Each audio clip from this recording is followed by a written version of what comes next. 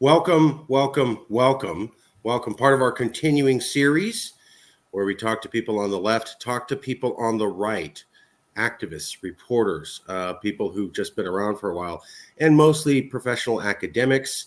We want to hear from everybody and provide those opinions direct to you, unedited and unaltered, so that you could do this thing that was popular back when I was in high school called thinking for yourself. Maybe it'll come back. Maybe it won't. With us today, it is our privilege to have Professor Lyell Asher. I'll just refer to you as Lyell from here on out, like we talked about.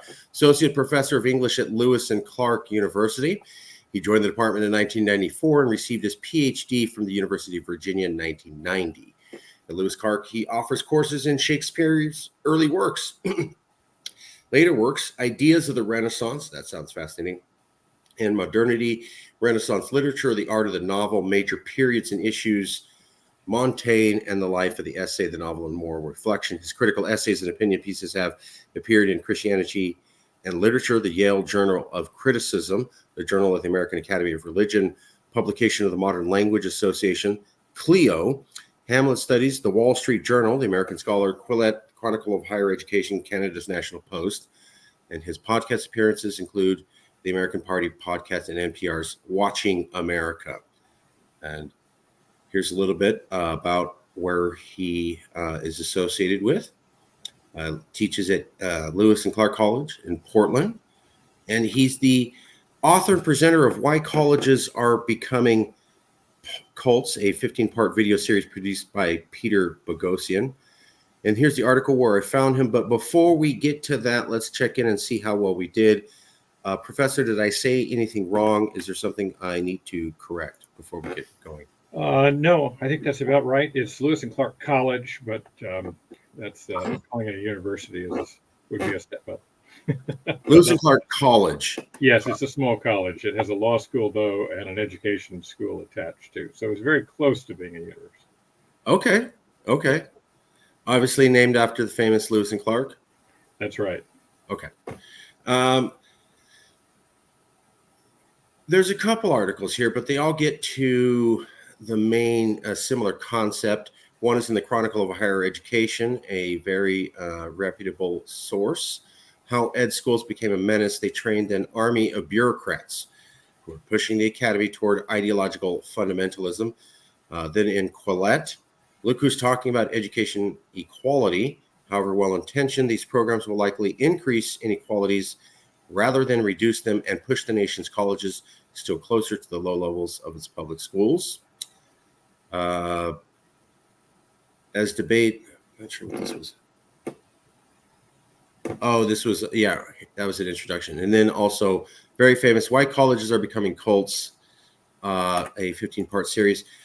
What is this roughly about? As I always like to ask people, we'll start off, we'll get into detail, but we'll start off with the elevator pitch. You and I are in an elevator. You don't know me. You just happen to run into me. You only got 2 minutes. Sure. But you have my complete attention. What are you trying to say? And why should I go, oh my God, that's a real problem and I need to pay attention? Yeah. Well, I think most people probably have a sense by now that something's wrong with our universities. I think it should be recognized on both the left and the right. But I think it's probably more well recognized on the right or on the conservative side of the coin, because what's wrong is that there's a kind of indoctrination that's going on in American colleges and universities, and it has really been turbocharged, I think, in the last 10 or 20 years. I think most people, though, understand that. Some may agree with it. Some would call the indoctrination really education, critical thinking, social justice training, etc., and they're okay with it. What most people do not know, however, is that one of the things, I think the primary force fueling this in the last 20 years has not actually come from college professors, though they indeed are responsible for a lot of what's happened. There's a new group of people who have come into the university in droves in the last 20 years, especially. And these are people from American education schools. that's something that almost no one knew back in 2018, and I only discovered it on my own from personal experience in the institution in which I'm now sitting, because I happened to be paying attention to several sort of crises on campus, which turned out not to be what we were told they were. And standing in the background, pulling the strings in all this, were college administrators who were working in diversity offices and sustainability offices and the dean's offices. And so I began wondering where these people came from. And what I discovered was that they all came from American education schools. They didn't, in other words, specialize in physics or English or history or sociology. They had degrees in what's called education. And to sort of round this out, we have maybe 15 seconds left in my 2-minute elevator talk. Yeah, magically, the universe opened. You have another minute. You're doing great. Yeah, okay. Well, what are education schools? I've sometimes broached this subject with people, and they say, wait a minute, I thought all schools were about education. So one of the problems is when you're inside this, you don't really know what people do and do not know. So education schools have been devoted for most of their history in the United States to training college teachers, high school teachers, K through 12 teachers really, as well as principals and superintendents. That's been their primary mission. Okay. And there was basically a kind of moat, a wall separating education schools, the K through 12 system on the one hand, and America's colleges and universities. And that wall was breached starting in the 80s, but it's the 90s and the 2000s especially. Once that happened, the university completely changed its character. So all the talk about social justice, diversity, equity, and inclusion, all this comes from the breach in the wall that was made by ed schools in the last 25 to 30 years.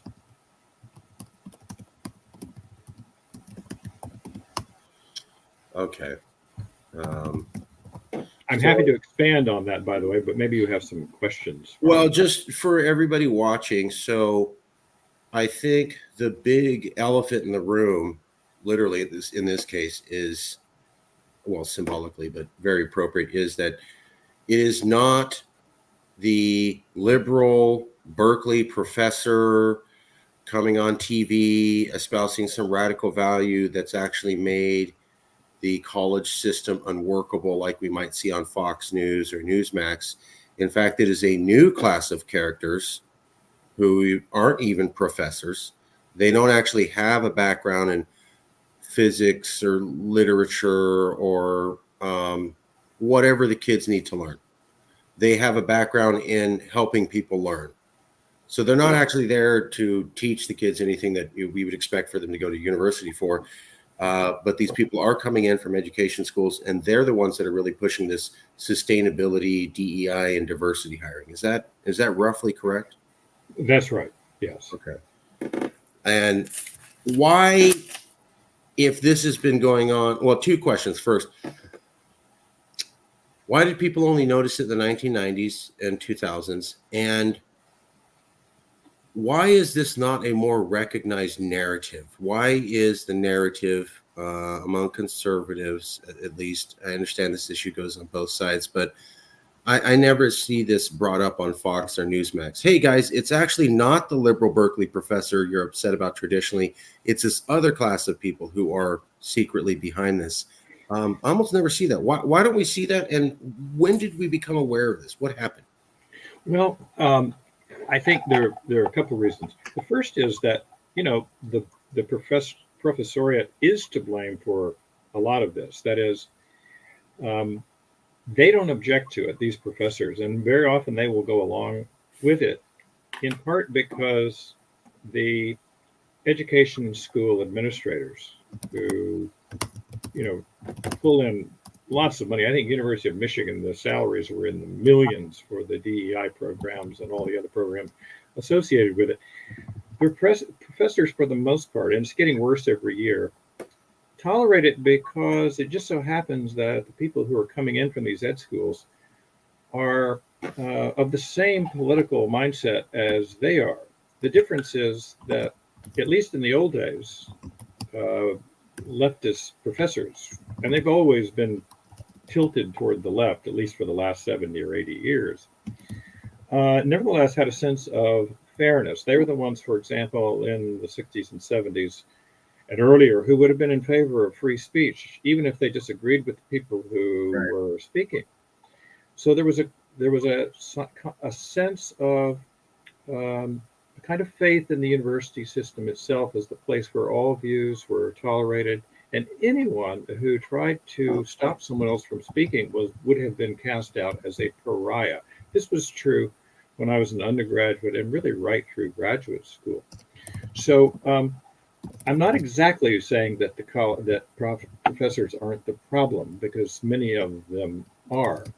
It's just that the question should be, what changed in the 2000s and the 90s and the 2000s that made it possible for even the professoriate to get on board with DEI, offices of sustainability, dean's offices that, you know, really give summer readings, for example, that are a little more than political um, indoctrination sessions. Um, so, so that's part of it. The second reason is you have to kind of be inside a university and a college to see this. And so when I came out with that essay in 2018 in the Chronicle of Higher Education, by the way, that essay would never be published in the Chronicle today. Uh, it was Really? oh yeah, never. It's a funny little window, which I won't go into in detail because I don't want to get the person involved into any kind of trouble.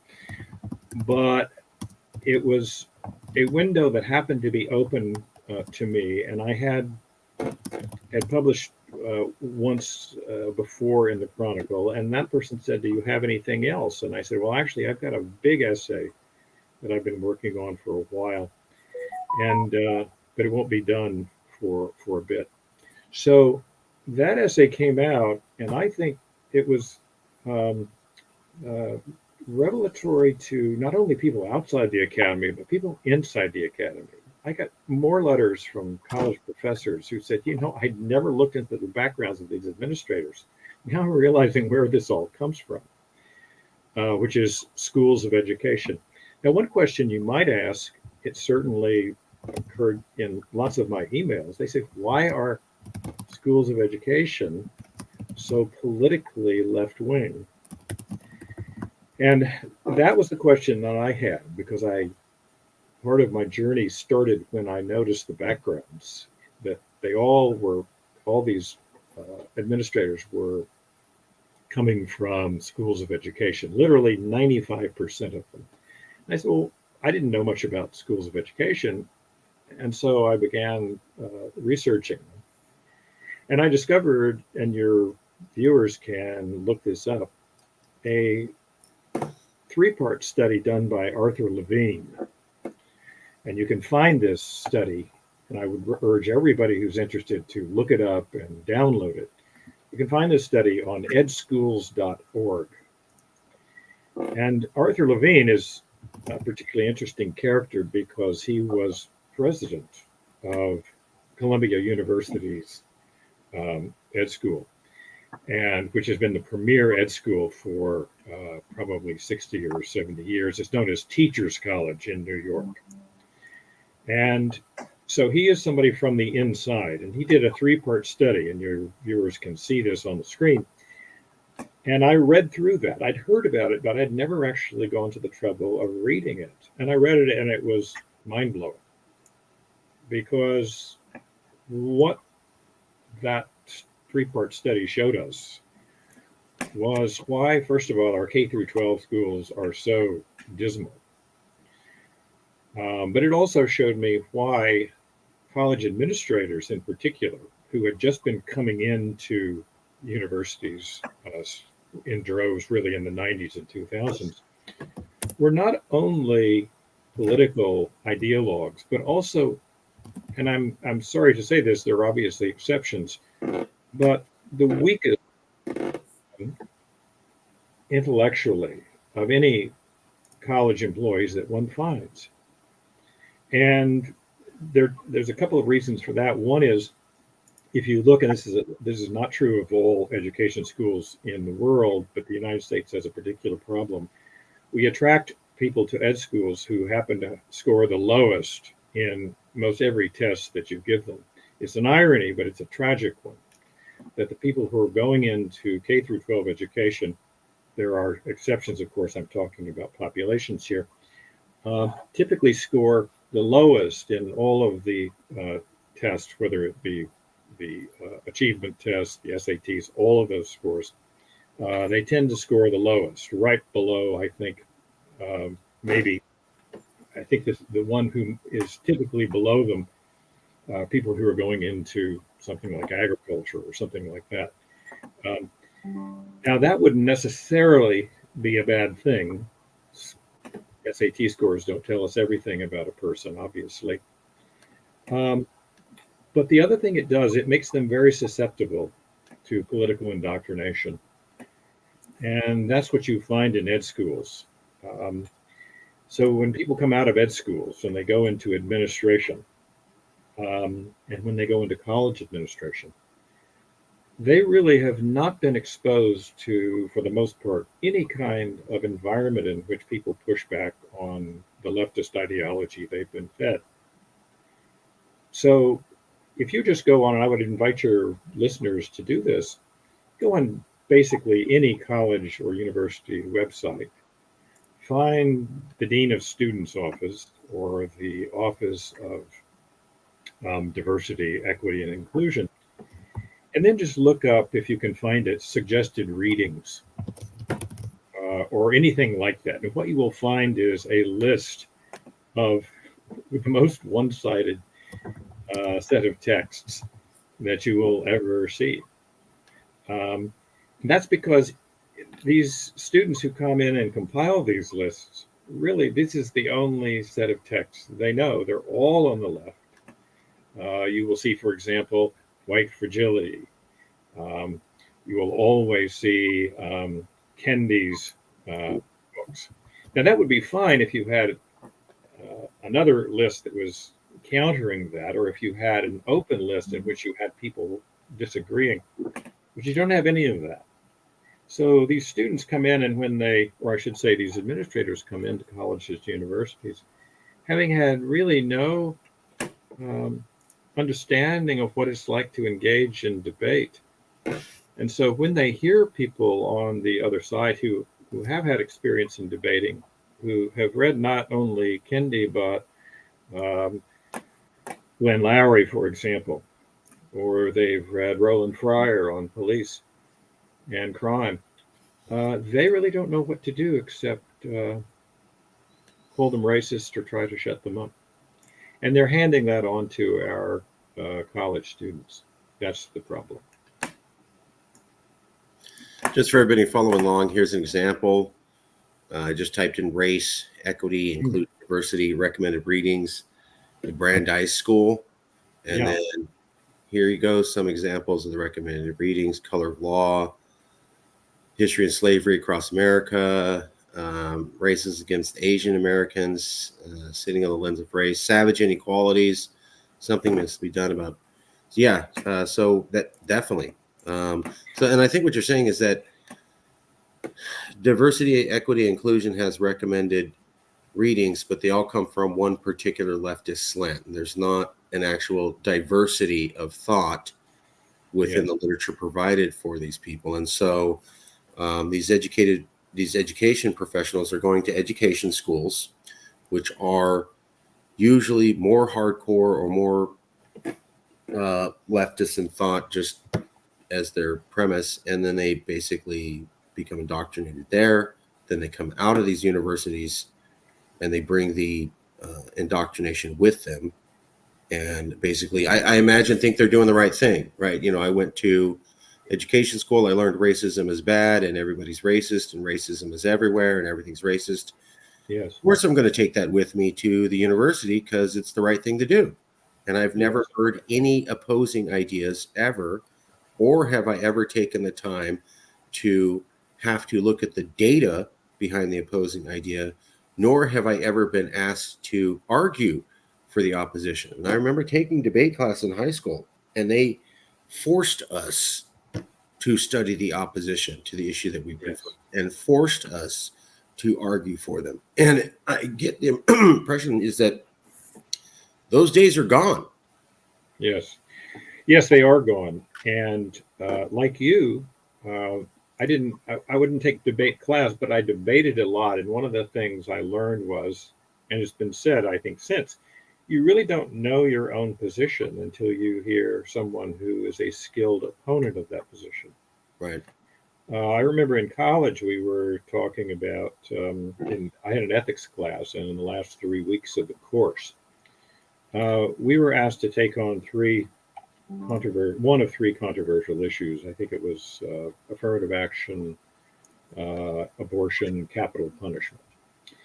And the professor encouraged us, though he didn't require it, to write a paper taking the view that you opposed, making the best case for the opposition. Well, I went into that thinking that I was for capital punishment. And so I decided to read all the articles against capital punishment, and it ended up convincing me. I came out of that thinking, I hadn't really thought about this other side, but it was really again, the encouragement rather than the requirement that I try to give the best case for the opposite side, that I changed my view. Now, even if I hadn't changed my view, I would have respected my opponents much more than I did going into it. Yep. And I find that, my position on abortion has changed over the years. I'm pro-choice right now, but I also realize that is a very difficult argument to make. If I were actually just arguing on the merits, I would have a much easier time limiting abortion at the very least, and perhaps forbidding it, because I think the arguments are a little stronger. So when someone says that they are anti-abortion, I'm not shocked and appalled, because I know what the arguments are. And I would never try to censor anyone for almost any position I can think of, just because, I think Mill points this out on Liberty. One of the points he makes is that when someone says something and he's the only person saying it, you have to consider what this person has decided to do. He has put a lot of himself at risk in going against an enormous crowd. Now, he may be crazy. There's always that possibility. But there's a good chance that he has something to tell you that you don't know. And he's willing to stand up against a mob in order to say it. You could at least do him the respect of listening. I think that's fabulous advice. It reminds me of Voltaire, I think. At least I believe it was Voltaire. I may disagree with what you say, but I will fight to the death to defend your right to say it. Yes. And that, I think what we're getting at is that the concept of teaching young minds to appreciate both sides, or at least have their thinking challenged, is not unknown. We've known it for a while. The debate class I took is 30 years ago, and it sounds like they did the same thing that they forced you to do. Yeah. Read the other side. Have to look at their facts. Have to spend some time thinking about what they're saying instead of just dismiss it with a name calling. And does that make you change your whole philosophy? No, but does it make you more aware of the other side and an understanding that you can't just dismiss people with names, and you have to actually argue based upon substance?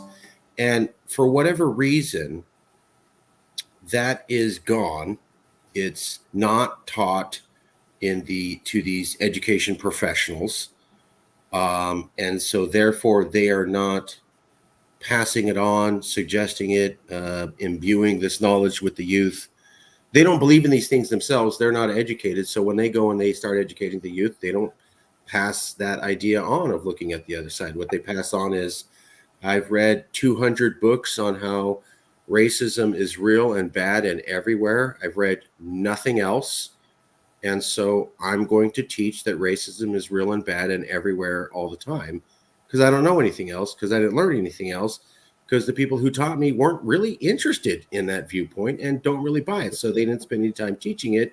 So now we have less diversity of thought and less challenging of thought of our youth than what we had in the 1990s. And this shift roughly took place 1990s to 2000, although, as you admitted, you didn't notice until 2018, and other professors that you educated in 2018 said, I've never thought of this before.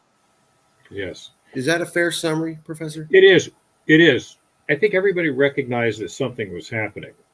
Everybody recognized that there was a new language being used. We were talking, people started talking about the impact of a statement, right? Um, the impact on people of saying this. And a lot of people just kind of go along with it because it's much easier to go along with things that seem to be current.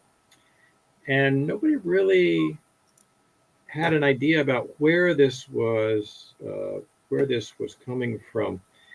Though they all, I think, recognized that something new was afoot. I mean, FIRE, for example, Foundation for Individual Rights in Education, Right. Which your readers or your viewers may have heard of. They noticed a big uptick in cases starting in the mid 2000s, or I should say 2005, 2007, right around in there. And if you look at it, that's the time too when you saw more and more programs being started, which were employing ed school graduates. And because if you look, 2005, there was no such thing as a, Office of Diversity and Inclusion. It doesn't mean, by the way, that there was no diversity and inclusion on college campuses. It just means I'm in California. I know damn well it didn't mean that. We were really diverse out here. There were a lot and I went to school in the 90s and 2000. Everybody was concerned about diversity and making sure everybody was included. And we did not have these programs. So somehow we did it without these programs. Yeah, so this was just a title that it's very hard to argue with. I mean, you can't say, well, look, I'm against diversity right. and equity and inclusion, and of course that's the genius of it. You call something that the Committee on Public Safety. Well, who can be against the Committee on Public Safety? So, but I mean, just to give you an example from my own institution, back in 2020, when the George Floyd protests had just started. My Office of Equity and Inclusion sent out a letter expressing solidarity with the protests that were going on across cities in the United States. And this was a campus-wide email. It's totally inappropriate, by the way, because I don't think anybody should be commenting on public political events, no matter how large they are. And they were expressing solidarity with that, and then gave a curated reading list for everybody to catch up on. This was going to be instructive, especially to the privileged whites. That was part of the language in the email. They didn't use the exact phrase, but that was the idea. Right. And so I looked at the list. Of course, there was no surprise on it. Everything was utterly predictable. But the one unpredictable thing was they suggested that the list was open and that you could contribute to it. So I made up a list of books, none of them on the right. I was very careful about putting people maybe probably from the center and even center left. People like Glenn Lowry, John McWhorter, Jason Riley, names that your audience may be familiar with. And Roland Fryer, I think, was there. And every one of the contributions I made was rejected, even though in the language of the letter, which I still have, it says all contributions are welcome. So there is a kind of arrogance and flagrancy about this kind of censorship that is utterly new, and of course it's entirely antithetical to what colleges and universities are about. When I brought this to the attention of the faculty and the administration, by the way, instead of requiring that the Office of diversity and equity do something about that. That is, they had simply censored a list of 20 books and interviews and videos that I had submitted. They said nothing. Nothing. All. It was There's no response. Yeah, no response, and that gets at something, of course, that's that I think may be invisible as well to a lot of folks, and that is the changing status of college presidents, and that's something we may want to get into. This isn't just about ed schools, but it's about an entire environment that we're now in that's going to make this even harder to change than I think people realize. We're talking about Claudine Gay. Well, I'm talking about Claudine Gay, but how are college presidents inculcating this, I guess?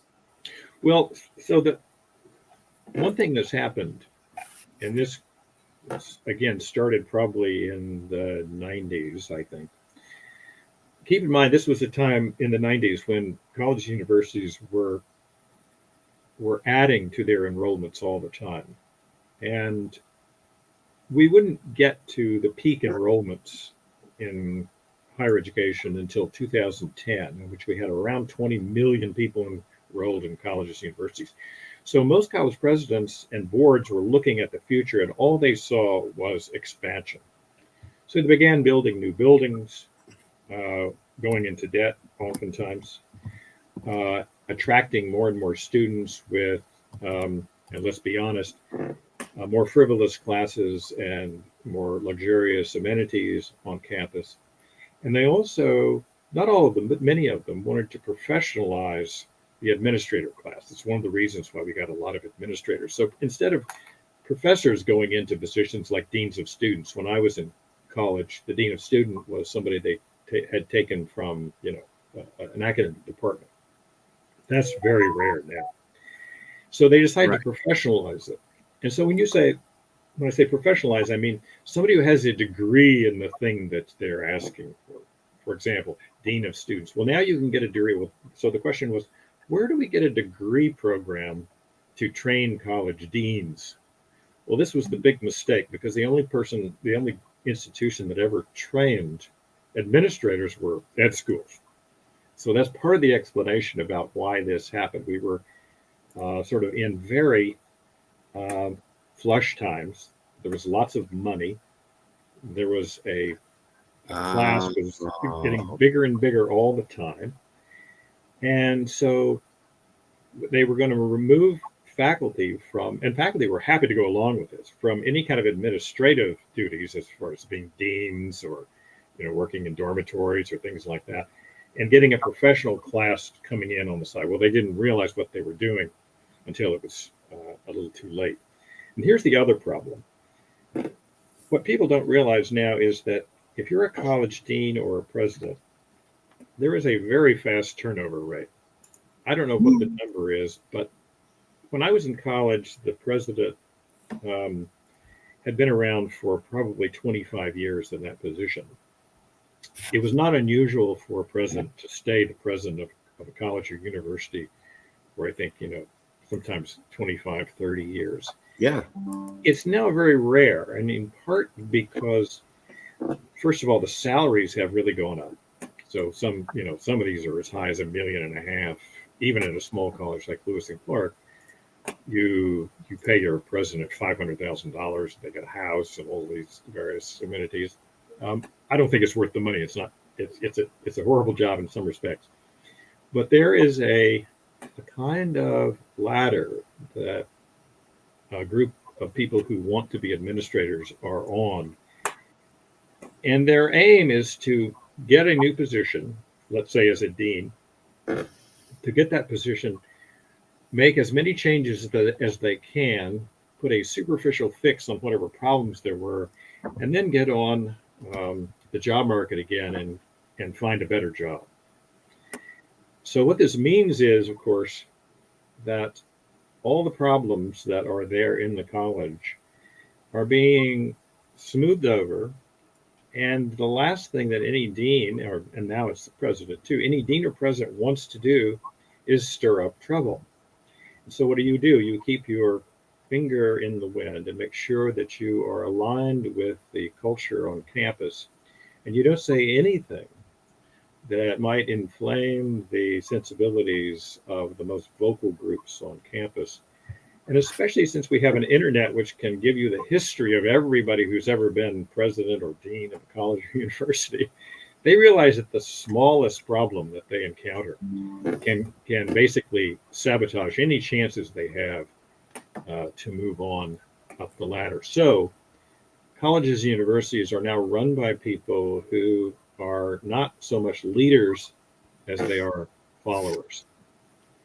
And they're following the most vocal um, members of colleges and universities, which are people typically on the left. So even when you have, changes at the top in college presidents and deans and so forth, that's really a very superficial change because it's the institution itself that's really running the show.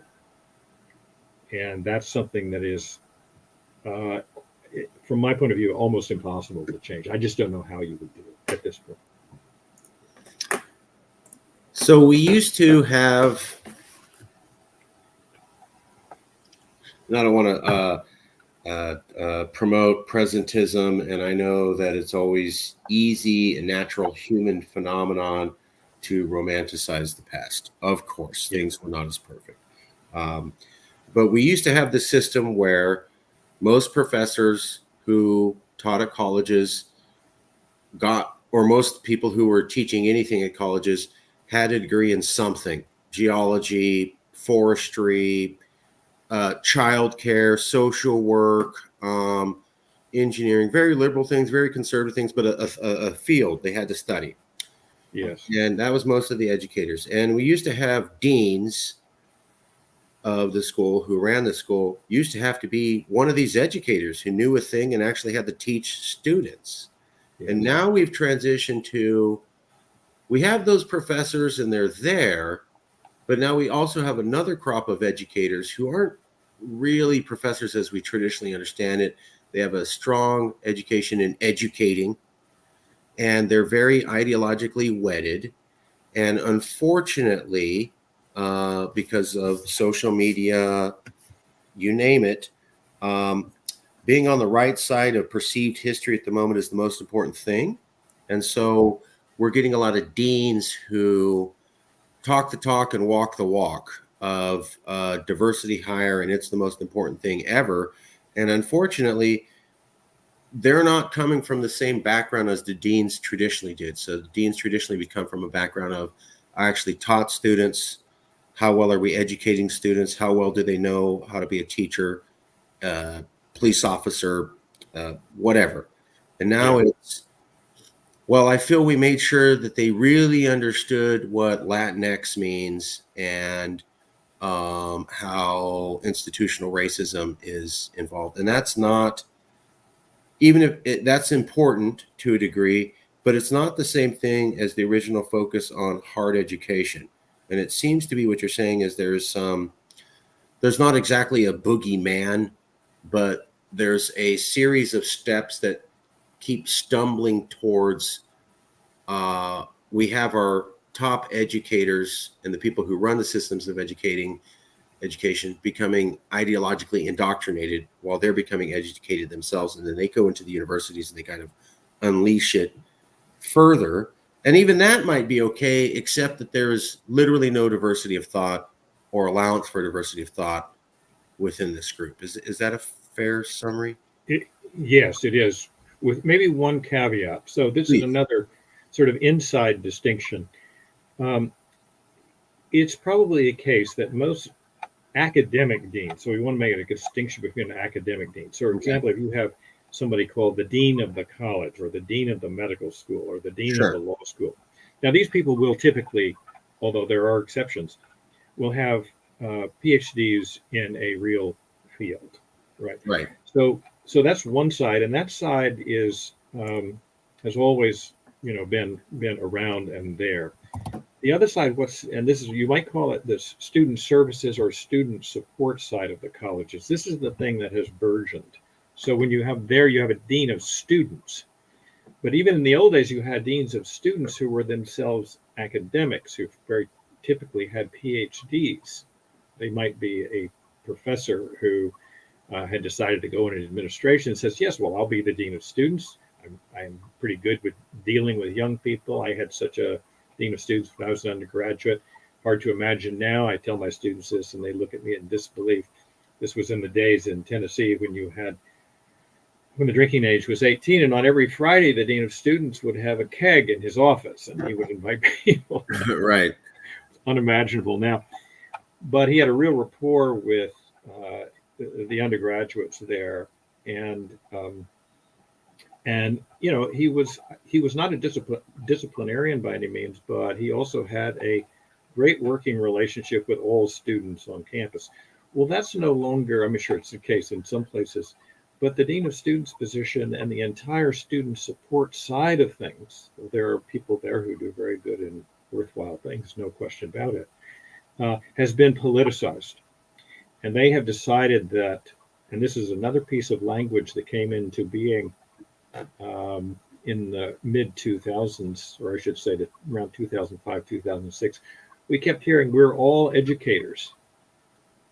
We're all educators. We would get this in the emails and nobody quite knew what this was in reference to. And we realized then at some point later, and this is when I was doing my research for this essay on how ed schools became a menace, published in the Chronicle, I realized that was part of a push to suggest that, yes, if you were working in DEI or you were head of the dormitories, that meant that gave you a license if you said that you're an educator too, after all, you had a degree in education, to quote unquote educate students. The most famous example of this is the University of Delaware in around 2004 and 2005, where they actually, and anyone can look this up on Fire University of Delaware, where they were people in the dormitories, and the head of student life was essentially, they were conducting classes. They weren't traditional classes. They were indoctrination seminars. And if I told you the details of that series of missteps that happened at the University of Delaware in 2006 or 7, you would not believe it. But you can look it up on Fire. Oh, I don't know. I've seen some pretty outrageous stuff since I've started the University of Delaware. Yes. In 2000 and around 2006 or 7. And controversy. What's that?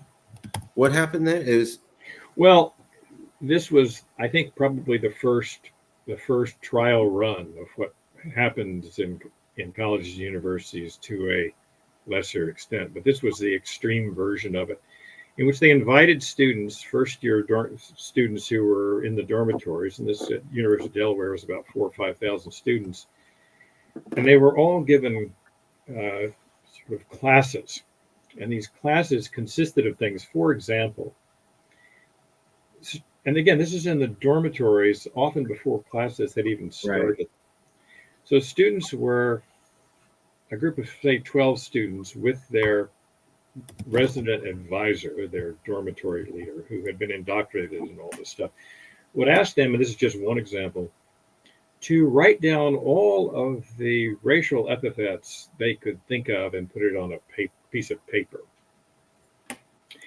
And then they would have the students turn the piece of paper around and show everybody the epithets. Now, it's hard to understand what the educational mission of this would be, but the cover story was that what this was about was trying to get out in the open the racism in the United States.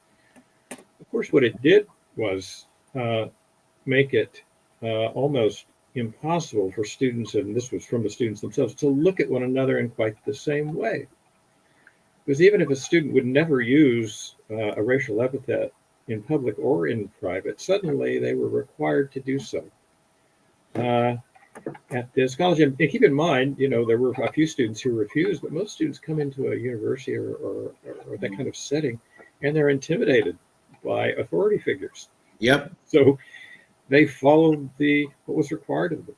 They were also asked questions about their sexual practices, Yep. uh, whether they would ever consider dating someone um, of the same sex, whether they would date outside their race. I mean, questions that would get a professor fired, and rightly so, if they were asked of a student. So this diversity program, yes, you're pulling it up now. Um, what's even more remarkable about it is the fact that the person who spearheaded this didn't lose her job. She was promoted on the basis of this. In fact, she she made a career of this and was in fact elected to various offices in the national body for college administrators. So she gained a great deal of credibility among her fellow administrators for this disastrous program. Yeah, of course. And then, but as it collapses, then what do they call it? You are fired by through promotion. So we can't. Yes, We want to get. We want to salute you, but we technically have to say this is a failure. So we promote you out, which lets that's everybody right. know. Fail upward is the Yeah, yeah. Fail. We're really cool with what you did, although we can't technically say that. that's And right. I, I went to college, and I wouldn't have a problem with this sort of program. I think what you're saying is the issue was this was administrators doing this. This wasn't college students coming together and saying, we have a diversity, equity, inclusion club. Join if you want. Hey, we're a little Absolutely. edgy. College students pushing against college students. Sure, totally. We get it. This was almost like educators and officials going out of the classroom into the dorm, which is not education opportunity, I guess, traditionally, Yes. and then trying to do that there, almost like I think it was called thought programming here. Oh, yes, very much so. And this is a time when, again, there were enough faculty, and again, on the most of them, I'm sure, on the liberal left side of the coin, who looked at this and saw what it was, which was a disgrace. It would be interesting to see what would happen today. I doubt very seriously if you would get enough faculty to complain about it. Keep in mind, this is one of the depressing scenarios that we have to look forward to. Most young professors who are let's imagine that someone graduates at the age of 21, right? They get their PhD in say 7 years, probably is the norm right now. So they're 28 years old. These students have, and they're let's imagine that they have gotten a job at a university in the last 2 or 3 years. These students have known nothing but this their entire academic lives. They've gotten it in K through 12. They've gotten it in their 4 years of college, and they're getting it in graduate school. So the the population of college professors is getting more and more ideologically homogeneous. So the problem is getting worse. It's not getting better. Now, the good news is that, of course, now people are more aware of it than they've ever been. That's true. But I don't see where the help is going to come from when it comes to reforming colleges and universities themselves. There's simply no way in. What I mean is, um, anyone who is going to go into a PhD program to become a professor will be met with the kind of political scrutiny that was even unimaginable 20 years ago. Right. So either you simply go along with it, and maybe you're convinced of it. Maybe if you're around these people, you become like them. Or you say, I find it impossible to live under these conditions and I'll just choose another profession. I think most people don't even consider it now. Anybody who has a thought or thoughts that are not coincident with the sort of standard view of the world put out by the academic left is simply not going to put up with 10 years of frustration. Then, by the way, to go on the job market with a politically incorrect PhD, it's difficult enough to get a job anyway. The idea of going on the job market with a um, with a dissertation or perhaps with a history of, let's say, social media posts or perhaps remarks made in a newspaper article, uh, you're dead in the water. So all it means is that the screening process has become tighter and tighter and tighter, so that whatever we may think is happening in universities, oh well, they've made a commitment to more openness of thought. And I appreciate people, presidents here and there. I know recently the president of Vanderbilt made a strong statement for uh, institutional neutrality, and I respect him and I believe him when he says that he's sincere. But the overwhelming force of the university is impossible to stop, even by a well meaning and sincere college president, such as Vanderbilt's. I'm pulling up an article here, but so two things. One is that in this interview series, we've interviewed about 200 professors on political polarization, mostly from America. And a couple of them have literally repeated exactly what you're saying. My most famous one is Lee Jussum from Rutgers University, is a self-avowed liberal. However, he has this thing called a moral base, and he's aware that not everybody thinks like him, and that not everybody should think like him, and that colleges were places where students used to challenge ideas. And he goes, "Look, I'm very liberal, but the challenging of ideas is gone. It's not there.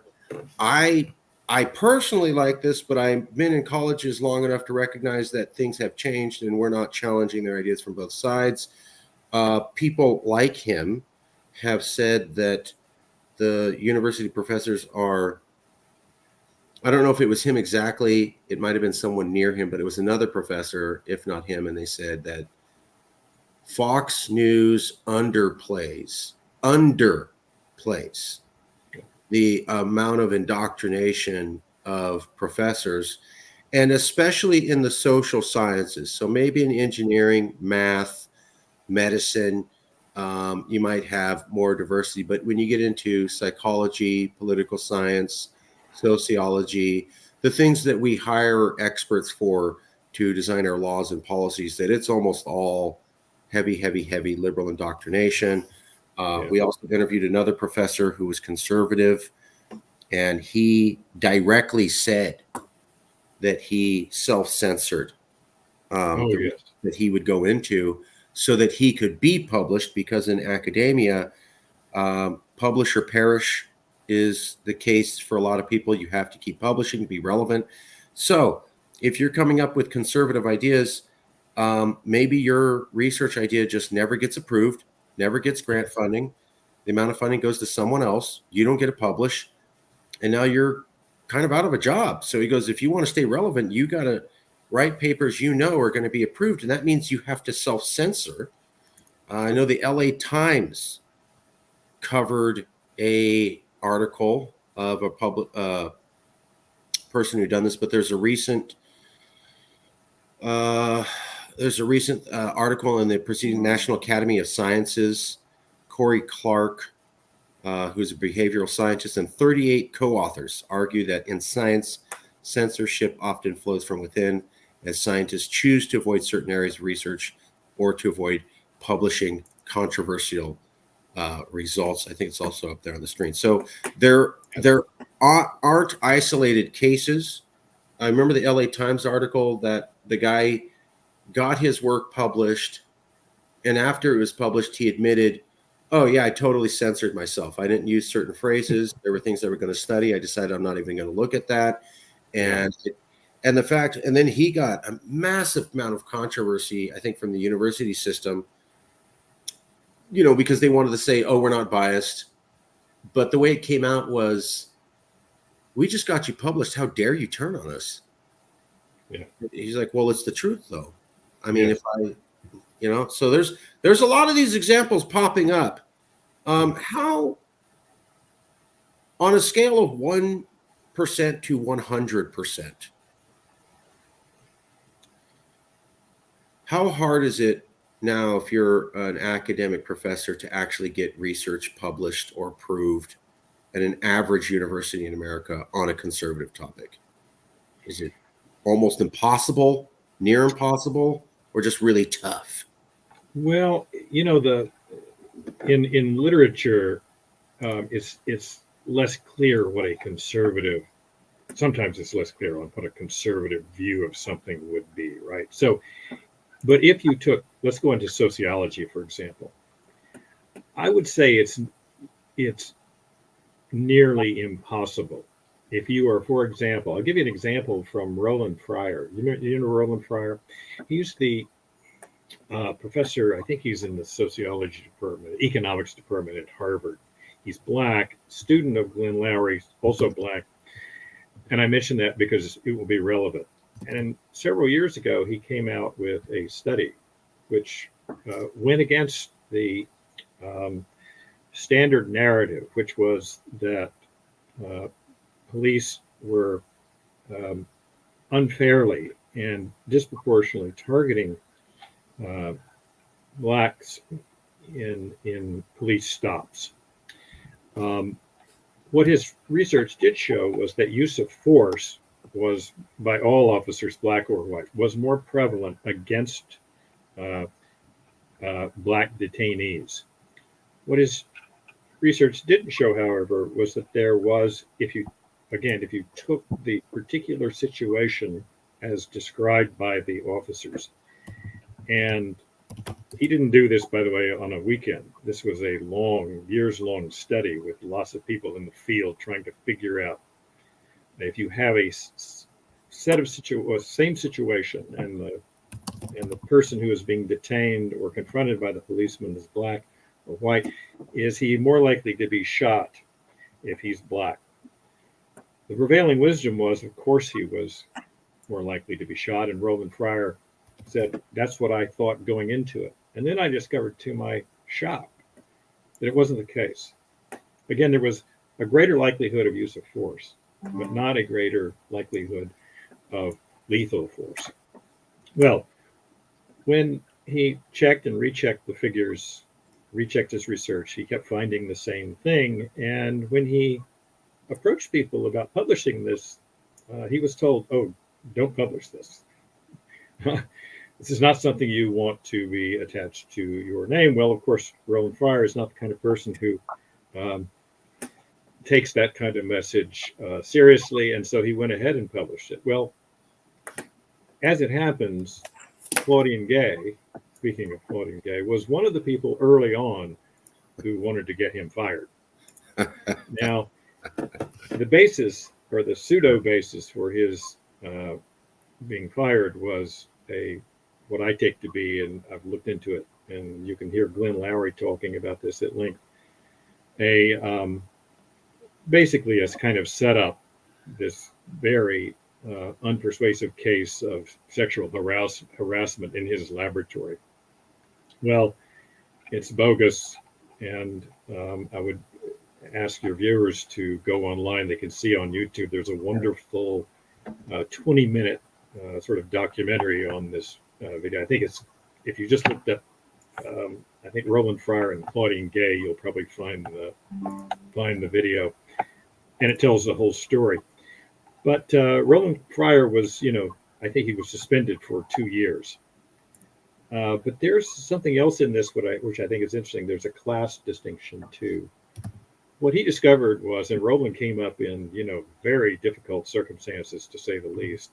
But it's interesting that the Black professoriate at Harvard who were against him were, to a person, they grew up in very privileged backgrounds, economically speaking. And so one of the things we haven't really talked about, the racial issue is there, but one of the things that nobody wants to talk about, especially on the left, is the class issue of this. Roland Fryer is a great example of somebody who dared to take on the establishment. And even though he's Black, writing about issues of crime and policing, that didn't matter. His race didn't matter nearly as much as the views he was espousing. And it very nearly got him fired. I did not know that. Yep, never heard about this. Well, Roland Fryer is a interesting person in any case. And I would recommend to you, there's a wonderful, in addition to the video I mentioned, um, there's also a very good talk with him, Roland Fryer, and Raphael Mangual, Mangual, and I think, if memory serves, um, it's with the Brookings Institution, and they both talk. And Raphael Mangual, I think, is Hispanic. His father was a policeman in New York, and he's written a book on police violence as well. And they have come to similar conclusions. It's a remarkable talk. I think it was about 3 years ago when they put this together.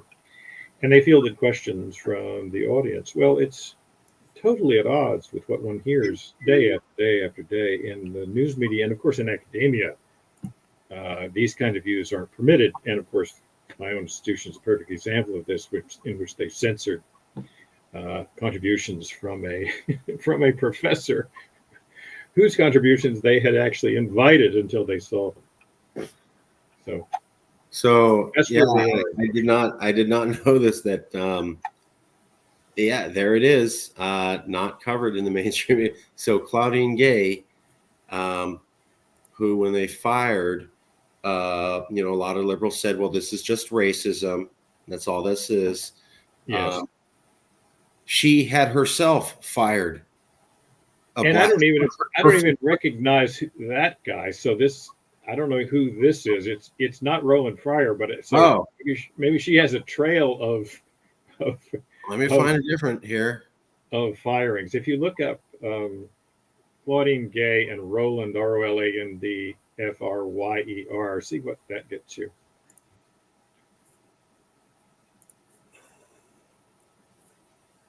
I think I think I got it here. 1 second.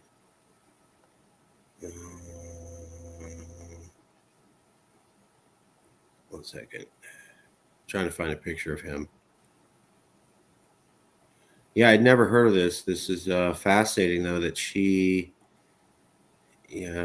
his research was not, the best I can tell, cited as being wrong or bad. It just, they didn't like his study.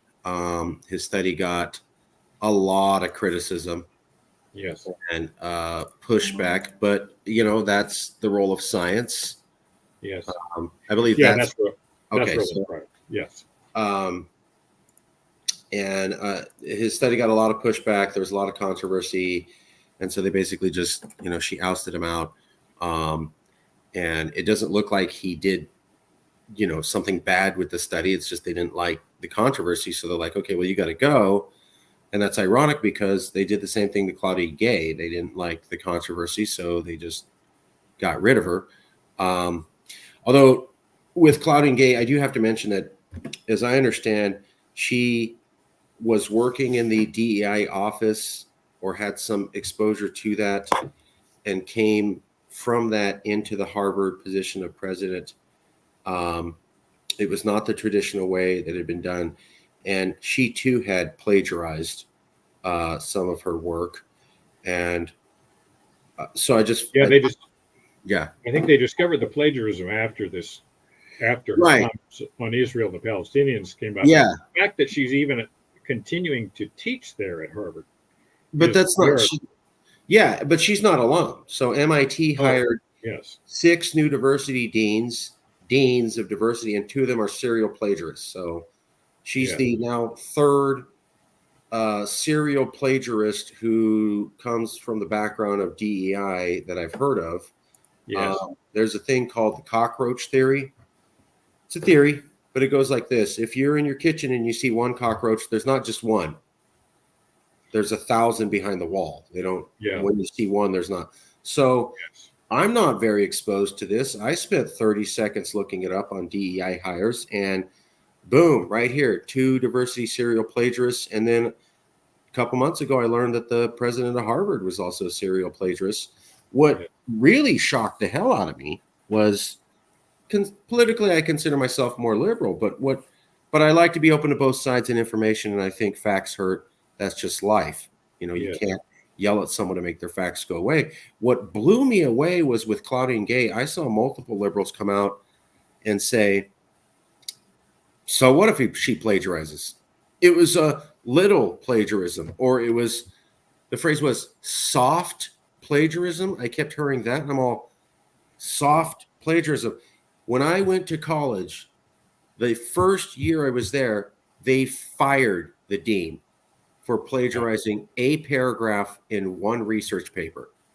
And I remember going, wow, the dean's fired? These people don't play around. That had nothing to do with race. He plagiarized a paragraph in one paper, gone. Now then I hear Claudine Gay's done this multiple times. Yes. Nah, it's not that big a deal. This really is racism. And it's like, well, how are you going to tell these students plagiarism is bad when you promote someone who plagiarizes, has done it multiple times, and then you back her up? Yeah. How? It's the total corruption. When I was in the first meeting I went to as a college freshman was one on the honor code. Literally the first meeting we had, 12 students and then 2 upperclassmen, and they were, I won't say reading us the riot act, but they were talking about how the honor code was the most important thing at Vanderbilt University. I'll never forget it. And it meant something to me because, you know, as a high school student, I can't really say that I didn't cheat from time to time. I'm not proud of it, but I didn't take it very seriously. Many of my classmates didn't take it seriously. The minute I got to college and I heard about this honor code, it wasn't just fear. I realized, oh, this is a serious place. They're right. I should have taken this more seriously. Well, it never happened. The culture means a lot. That's really what I'm saying. The culture means everything.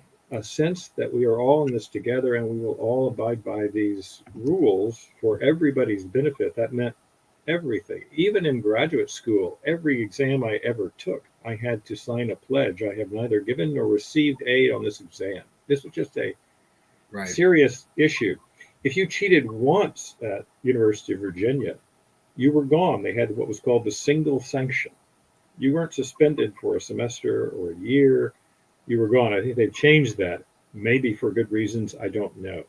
But that's just a sense of just how important these things used to be.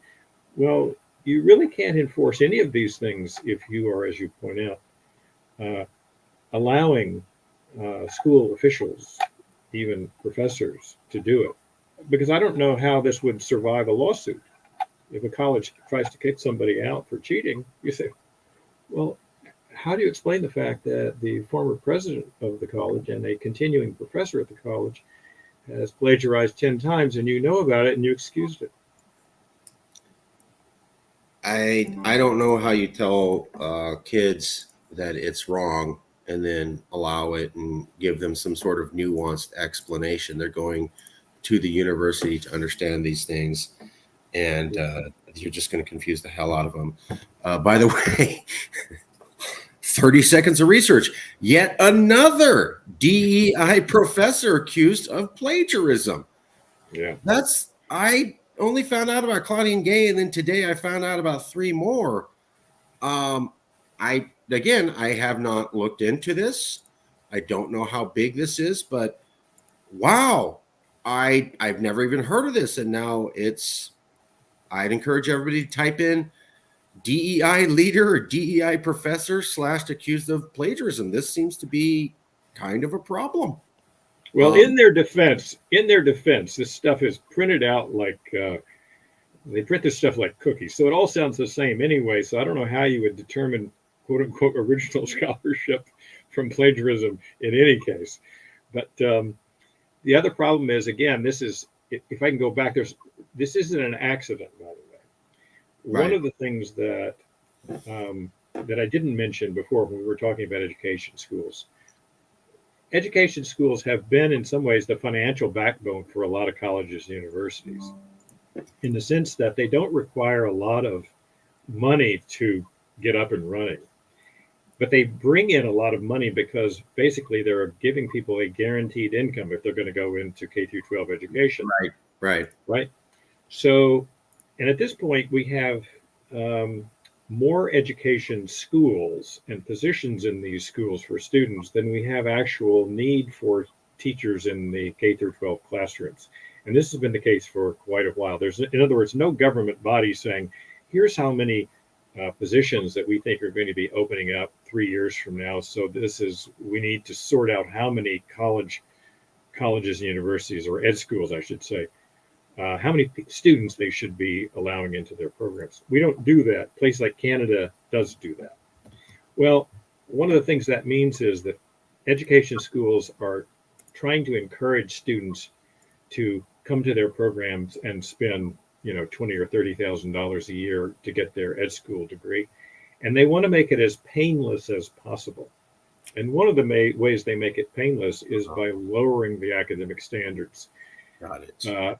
Sometimes you can get an ed school degree by just going to school for a few weeks during the summer and on weekends. The ed school programs, with certain exceptions, are for the most part really at the bottom of the barrel. So there's very little academic integrity in most of these schools to begin with. So it's not surprising at all to me that we're finding all these cases of plagiarism among DEI officials. Oh, here's another one. Yeah. So OC Law School fires dean in plagiarism case. Now, Well, is that a law school dean? Well, I was just pointing out that in the past they would fire deans for plagiarism. Oh, right. Yes. And it was not controversial. Yes. So here's one in 2001. Here's one in 2011. Nobody came to their defense. Everybody was like, "That's horrible that Yes. you're a dean and did that. You should have not ran or recused yourself or something." Yes. And there wasn't what's the secret agenda behind this?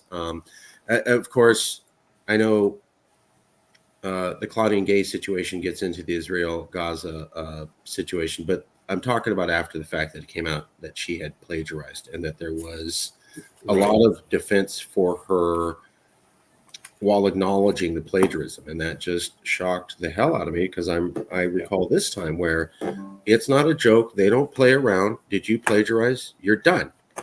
Yes.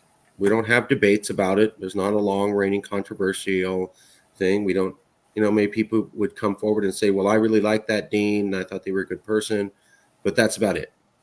And that seems to be now it's a battle time. And I think what you're saying is part of the reason that we have so much educational indoctrination, ideological, is that, I didn't know this, the ed schools are moneymakers. Yes. You come in here, you get this degree, you get a guaranteed job. I have friends who became teachers, and they said the same thing. I want to be a teacher. I could partial teacher now or substitute teacher, or I can and spend a few years and hopefully get hired. Or if I go get this piece of paper, automatically I get to be a teacher for the rest of my life. So I'll just go do that. And I remember many of them saying it's well, I remember people saying it was easier to get their PhD in education than in other fields. I remember some people saying that.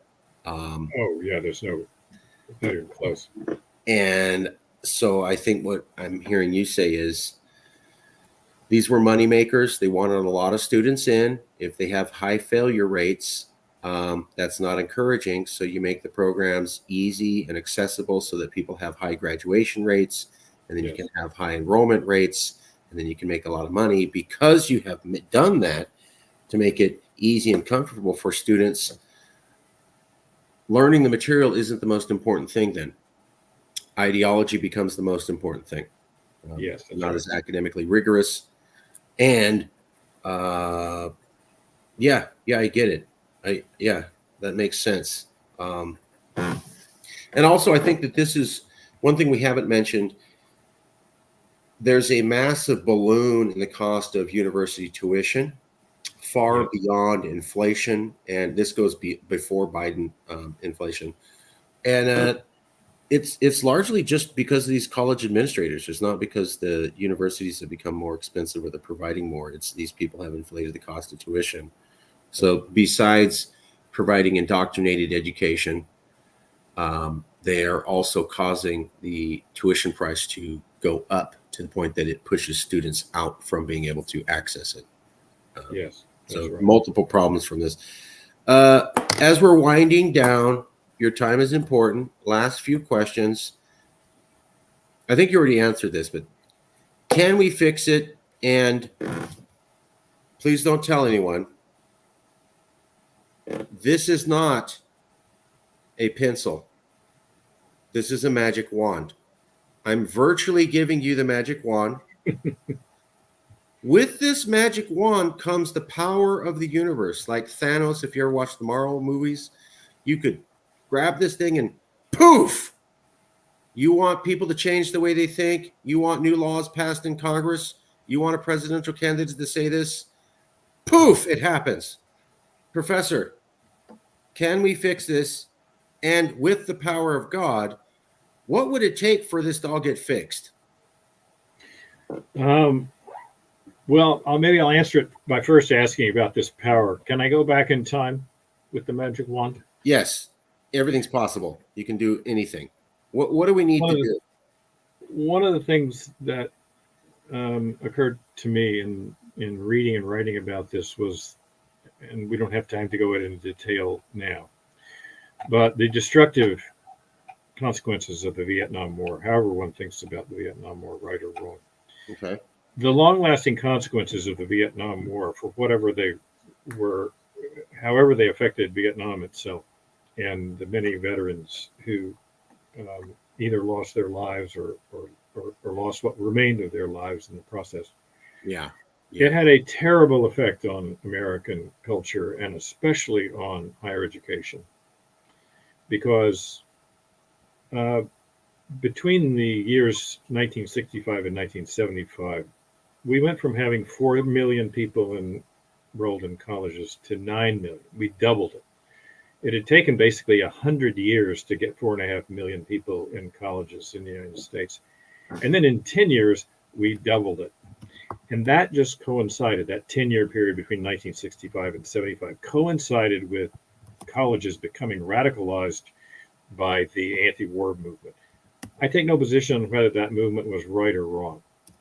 My only point is that that produced a generation of students, and especially students who would go into higher education who would become professors, because we needed a lot more professors given the expansion of colleges and universities during that period. That produced an entire generation of college professors that became leftists and extreme leftists. And they have passed that ideology on to their students for the following decades. It completely changed the trajectory of the higher education system, and as a consequence of that, the K through 12 system. And it's changed the trajectory of the country. People talk about the Vietnam War as if its consequences were terrible in the 60s and 70s. Let's assume they were. The worst consequences are the ones we're experiencing right now, and that's another part of, I think, the video series that I mentioned at the very beginning. So that's the first thing I would do with my magic wand if I had the power to go back in the past. If I didn't have the power to go in the past, but I still had a magic wand, I would like to fund 10 universities. I would make universities magically appear. And they would be headed and staffed by people who were not necessarily conservative or liberal, but whatever their persuasion, they were committed to free speech, free inquiry, and debate. And we would just let those universities go. They would have infinite funding. And then at the end of the 20-year period, we would look at the quality of their graduates and compare them to the quality of the graduates of the students in the current crop of universities and colleges. And we would see the difference. And that's what I think it's going to take. We're going to have competition from other universities and colleges that will show us what colleges and universities can actually accomplish if they have the right principles. I see what you're saying. Let's just do a public study, and then everybody can learn why we have to have free speech in universities. The thing that grabs me is I know that there was a understanding of what a quality university education was from the 1900s to the 1980s, and it was learning multiple sides, kind of a liberal arts education, challenging your thinking, learning both sides. Students should be exposed to ideas that make them uncomfortable and they have to deal with them. How do we get to the point where we all know what a good college education is for basically a century, and now we've turned all those concepts on their head to the point that we have to debate if that's, I mean, how do, it's like we baked bread for a century, and then one day we go, I don't know if we should have yeast in bread. Well, let's do a study. Everybody knew yeast goes in bread. How That's do we right. get to the point where we had bread for a century? Now people forgot. How do we get to the point where we've had universities here in Europe, in Japan, in Israel, and they kind of teach a liberal arts sort of challenge your thinking sort of education, and now we're back to questioning if that's the right formula when that's been the basic formula agreed upon by everyone over the last century. Yeah. The reason we're thinking about it is it's not a theoretical question on their parts. That is to say, they're on the left side. The problem is open discussions, seeing things from various sides, promoting sides you don't believe in if that side is not being represented. That gets in the way of indoctrination and ideology. In other words, they're only questioning it not out of principle, but they're questioning it out of practicality. It's a shortcut if I say, well, free speech is white supremacy, which one hears from time to time. Right. They don't actually believe that. What they believe is that if I allow people to say things that I don't agree with, then it will be harder for me to convince people of my position. So it's really not a question of whether we think it's a good idea or not. It's a question of whether my ideas can survive if I allow this principle to stand. So what one really is up against, in many cases, not all cases, because some people hear the phrase, free speech is white supremacy, and they just take it as a given, and because they're sheep. But there are a number of people who know that's not the case, but are willing to sacrifice everything because they're arrogant and they're bullies and they're tyrannical. And I use those terms intentionally because this is a natural state of human beings. Many human beings, people will lord it over other people at the drop of a hat, and we know this throughout history. So the natural condition, in other words, I would say, is what we're finding now. That is to say, people not wanting to hear things that they don't agree with and wanting to shut people down that who have opinions that they oppose. That's the natural condition. It's a discipline, actually, to say to yourself, I know I don't agree with this, but it's probably better that I hear it. And it's certainly better if I make sure that no one prevents this person from speaking. That's something you have to learn. It's not ingrained. You're not born with that idea. And that's the remarkable thing about it. It's why it can be lost so quickly.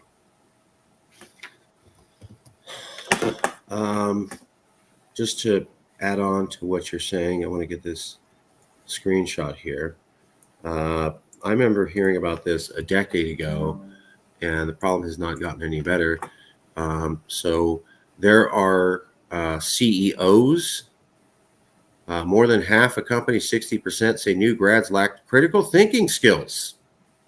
Yes. And then we have another one, a survey, 2016 survey of 76,000 managers found that 60% of employees, be college graduates, lack critical thinking skills. I can't find the article, but there was recently one where it was one of the top 10 companies in England, and the CEO went on television or was interviewed, And he basically caused controversy because he was saying that all the college graduates he get are garbage. And they're like, what? Yeah. These are our top English universities. And he goes, well, hold on. They know chemistry. They know literature. They know Shakespeare like they're being taught.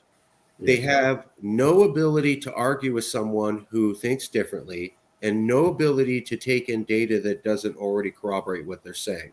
It immediately goes to a shouting match and then name calling. And I'm sorry, I run a bank. I run a major insurance company. That does not work here. My data is different than yours. Screw you. Name call, name call. I hate you. You're a bad person. I never want to speak to you again. We're a corporation. This doesn't work. Well, 60% employers pointing out that right around the same time we have all these indoctrinated students, they're lacking a thing called critical thinking skills. And to me, it just occurs to me that that's got to be strange, because I remember one of the things that I was forced to do to develop critical thinking skills when I was a child and in college, learn the other side, like we were talking about, see what the other side says, actually debate their argument. You don't have to agree, but I remember when I had to debate against the right to abortion when I was 16 or 17. That really expanded my young mind. So I can't prove it, but to me, there seems to be a coincidence between people complaining over the last decade of a loss of critical thinking skills and people noticing over the last decade a massive uptake in ideological thinking. If you had the critical thinking skills, you might not be as willing to become a pure ideologue. In fact, I think it'd be harder to. That's So right. we see more ideologues and less critical thinking able people. I wonder if there's an overlap. Well, do we have time, a moment or two, to dig down Yep. just briefly on critical thinking skills? Moment or two, dig down, dig. So critical thinking skills, sometimes people talk about this, and I learned a lot from reading E.D. Hirsch, Hirsch, who's an education writer, professor at University of Virginia. I talked to him a couple times. I didn't take a class from him, but a brilliant guy. And one of the things he talks about is critical thinking skills. And he says, look, critical thinking skills are always content dependent and context dependent. Sometimes people talk about it, critical thinking skills. You're not, but I'm just wanting to sort of point this out. What we're really talking about is content knowledge. For example, there's no set of quote unquote skills you can learn that will allow you to talk about the Palestinian-Israeli conflict. Right. If you don't know anything about the history of Palestine and Israel, and one of the things you will discover when you dig down and try to learn about that history is that you become less sure of your position, not more sure. At least that's my experience. And the same is true, I think, of abortion. I may have positions on both the Palestinian Israel issue and on the abortion issue, but it makes, because I've studied those issues, I'm far less likely to be dogmatic because I know that there are so many positions on the other side. Just an example, too. I've sometimes asked my students, not in the classroom, but occasionally I'll get a student who wants to come talk to me about it, and the conversation goes in a variety of directions. And sometimes it's come up about the question of police shootings. And I'll ask them, I say, well, how many people are killed by police every year in the United States? And, they, like most people, have no idea. You could tell them, 10,000, 20,000, 100,000, they wouldn't know. And the answer is fairly consistent. It's around 1,000 people every year. And out of that 1,000, if you ask them what's the racial breakdown? Very often what they will say is, the majority are black or something like that, even though Black American population is 13 to 14%. Right. And the real answer is it's 500 out of the 1,000 are white, and around 250 are going to be black. Now, that's twice the black population, and obviously one wants to investigate and consider all these shootings, and especially if they involve racial prejudice, which no doubt some of them do. But so if you ask them how to explain that, well, they say, well, racism. Well, that presupposes that the demographical population or the demographic population is mirrored by the crime rate, and it simply is not. Um, so, and then if you ask them, well, how many police encounters? 1,000 seems like a lot. How many encounters are there in the United States every year where a policeman actually encounters a citizen and is stopping them or talking to them or something? Right. And the answer is somewhere between 50 and 60 million. Oh, And then when you feed into that and you tell them, and by the way, we're the most heavily armed country in the United States. I mean, in the world. I'm a believer in the Second Amendment. Yeah. Not necessarily opposed to that, but you realize it's remarkable, in fact, that there are only 1,000 people killed.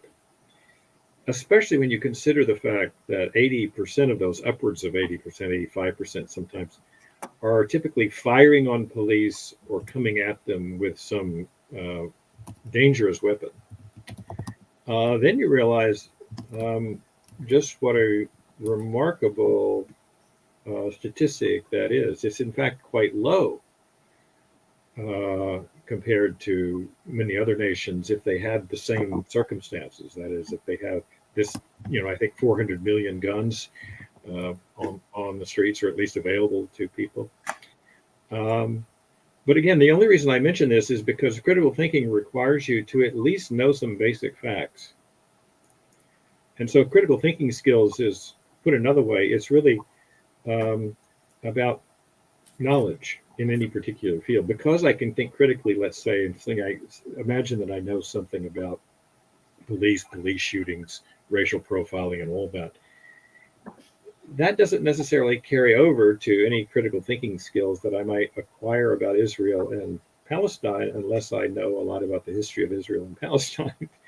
And one of the points that Israel, and this is the last thing I'll say, Edie Hirsch is pointing out that really a knowledge-based curriculum in K through 12 education is what's really been left out. And it's why students can't think critically very often, is because they don't know many things.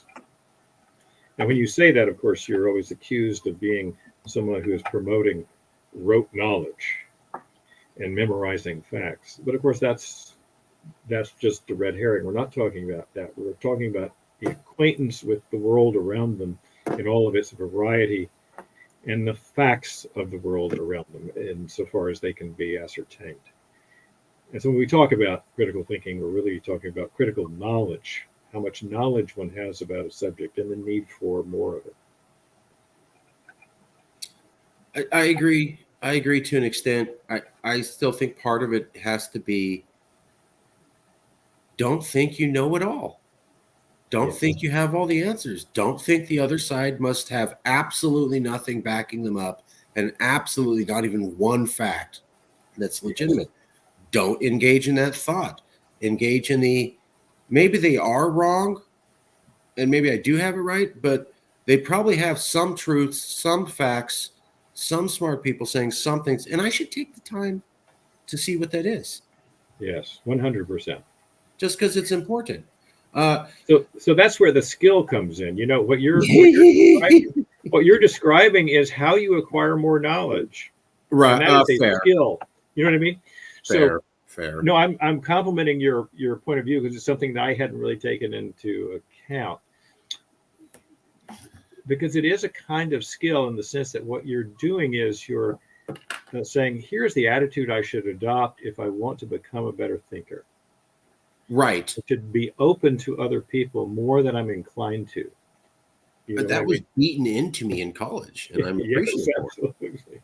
Yes. I'm appreciative for it. I mean, they forced me to do some uncomfortable things and think about some stuff I was not comfortable with or enjoyed, and I was better for it. Yes. And by the way, I do think it still goes on here and there. We don't want to get too dark and gloomy. Sure. There are lots of professors who do that and believe it. Sure. But it's not as much a given as it once was and should be. Well, that's why I try to do the solutions. Is it hopeless or is there possibilities? And it sounds like it's a long shot, but there are some possibilities. There's some Yes. institutional and cultural de-learning Yes. that and de-practice that we need to undo. Yes. But there was a time before all this. There Yeah. was a time before polarized universities. There was a time Yeah. before ideological thinking and ideological gatekeeping. So we know it can happen Yeah. because it existed before. And universities were quality. Uh, we're getting the last few questions. I'll just add I went to the Stefan Clark Black Lives Matter rallies in Sacramento. Obviously, there needs to be some reform. At the same time, I've seen where you try to get into some debates, and I don't want to say the word, but I'll say the acronym F. It's a four-letter word. Hmm. So I've heard the phrase F your facts Yes. at BLM rallies. So yes, I Yeah. went to the rallies. Yes, I think there needs to be reform. I heard something I thought was really just unproductive. And it was whenever somebody encountered something that didn't fit the narrative, it was F your facts. And they would say it right to that person's face. Like, not facts, those are your facts. Yes. And F those facts. Yeah. And that was considered a reasonable thing to say. I was like, oh, debate, done. Like, how's that Yes. madness?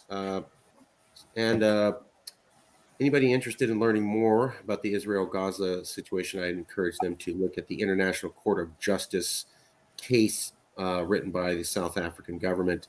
It's been reviewed by about 200 lawyers around the world, and they said Mm. that it's pretty factually good. I'll leave it to you to interpret what that means, but just some education for the public watching this. Professor, two last questions. We're going back to that elevator that we were in before. Yeah. Um, you don't know me. You just did this interview. And you're trying to tell somebody, I just did this interview and I was trying to get across X. What's the most important thought that you want people watching this to come away with? A short, succinct thought. What is the key thing if they forget everything else that they walk away at least with this concept in their head so they can't thinking about it, can't stop thinking about it? What would you say that is to someone? The education system from K through 12 through higher education is um, really the source of more problems than people can imagine.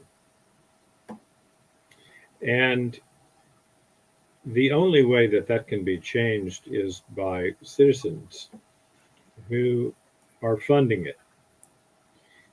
And the only way they can do that is by getting elected to their local school boards. Because I've been talking about the problems and I can be somewhat despairing. But local school boards have an enormous power. On the national level, in fact, the federal government has very little control over K through 12 education. Because in the United States, for good or for ill, it's more often than not controlled by states and even counties. So, the one thing I would ask everybody who's interested in education, and even if their kids are no longer in school, you're talking, and this is an obvious point, you're talking about the adults of the future. What do you want them to be? Right. So we all have, a responsibility to ensure that our children and the children of our neighbors are going to be equipped to be responsible, intelligent, open adults. And the only way to do that is by reforming the schools.